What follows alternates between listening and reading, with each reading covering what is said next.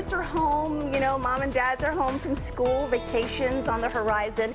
That means all of us are spending a lot more time together as a family. Let's be honest, it does not always turn out well.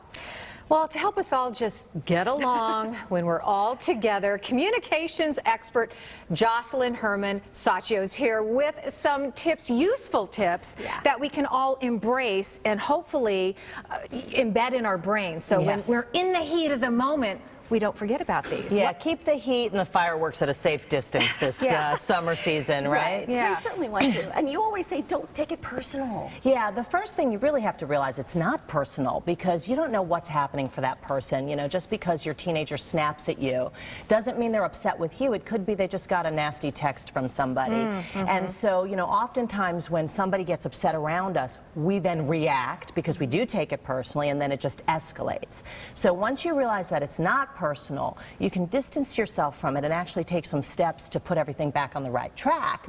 The first step, I would say, is to find out what are the facts. Get the facts. What is really happening? People are not upset in a vacuum. They're not just upset. They're upset for a reason. And at Landmark, you know, we've worked with over 2 million people around the world, and what we've found is that upsets are basically boiled down to one of 3 reasons. The first one is an undelivered communication. So something you haven't said to somebody or they haven't said to you. So it's just been there under the surface, right? Right. The second one would be a thwarted intention. So something that you wanted to go a certain way, but then it went askew. And then the third one, which is a very popular one, is an unfulfilled expectation. You know, something that you hoped would happen or that they'd say or do and they didn't. Even though most of the time we don't even tell people what we expect. We just expect it, and they should know if they love us to do those things, you know, and then we get upset when they don't. It's crazy. Why are you not reading my mind? That happens a lot, actually. And I know I find in my own family that sometimes you think maybe you have communicated something because you've thought about it so much that you really haven't.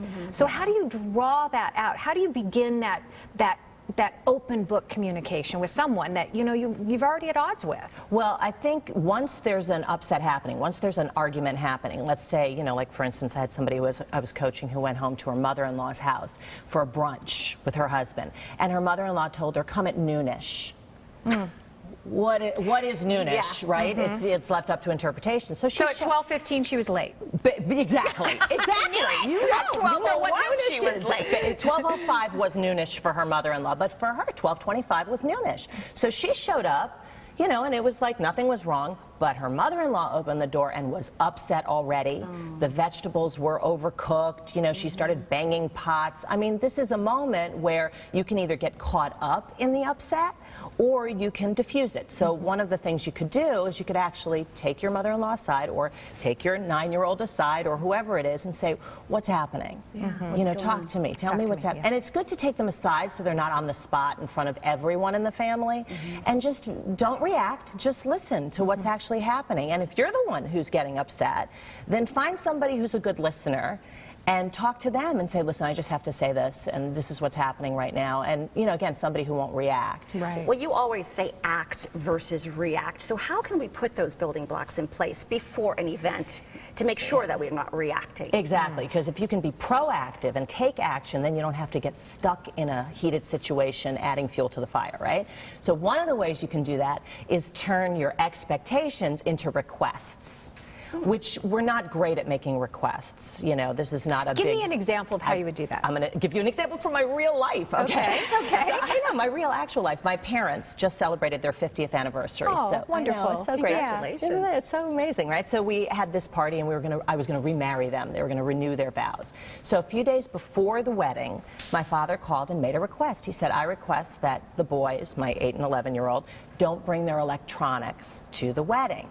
And I was like, great, thank you so much for making that request, because now we can avoid that whole upset. Because that upsets him, it triggers emotions in him. They're playing, you know, video games. It's not that they're just playing video games, it's that they're not being with him. Right. So for him, he interprets that as, you know, they don't spend time with me, they're not interested in all that. So that request averted a whole upset that could have happened. I love requests, but and we only have just a minute or so left, because here's the big one. You know, we all go with so much baggage. You know, there's, especially with family, things that have happened years ago that you have buried and you're not going to forget it, and you see that person, maybe you haven't seen him in a long time, and it triggers all of those emotions again. It does. How do you just get over that? Well, the first thing is knowing that it's your past experience that's coloring your experience right now. So it isn't what's happening right now that's upsetting you. Ever, by the way. It's always the interpretation you're adding to what's happening, and usually those interpretations are based on the past. So if you can catch, the moment you start getting upset, if you can catch it and go, okay, what is this right now? What is this from the past that is unresolved? Or what is it that is my intention that's getting thwarted? Or what is it that I haven't said to this person since 1975? You know? That's usually the case, right? Some people say, I don't even remember that, right? And half the times they don't. They just know that that person triggers something in them that doesn't feel comfortable. And is there any simple tool, one solution, like you said, if we are finding ourselves unraveling, should we step outside? I would literally just take a moment and say, pour okay, a glass of wine. Yeah, really, that helps too. Depending, whatever works for you. But ask yourself what's behind the upset. And again, it'll boil down to one of those three things. And if you can actually get to the source of what's upsetting you, you can begin to diffuse it and address the real issue rather than the kind of fireworks that happen that you'd like to have happen on 4th of July, but you don't want to have happen with your mother-in-law, right? Yeah. Oh my gosh. I just want to put you in my purse and take you home right now. That's what I want to do. Well, we put all these tips and more, how to avoid family fights, on our website, SonoranLiving.com. Josselyne, thank you so much. Always good to see you. So good to see you guys.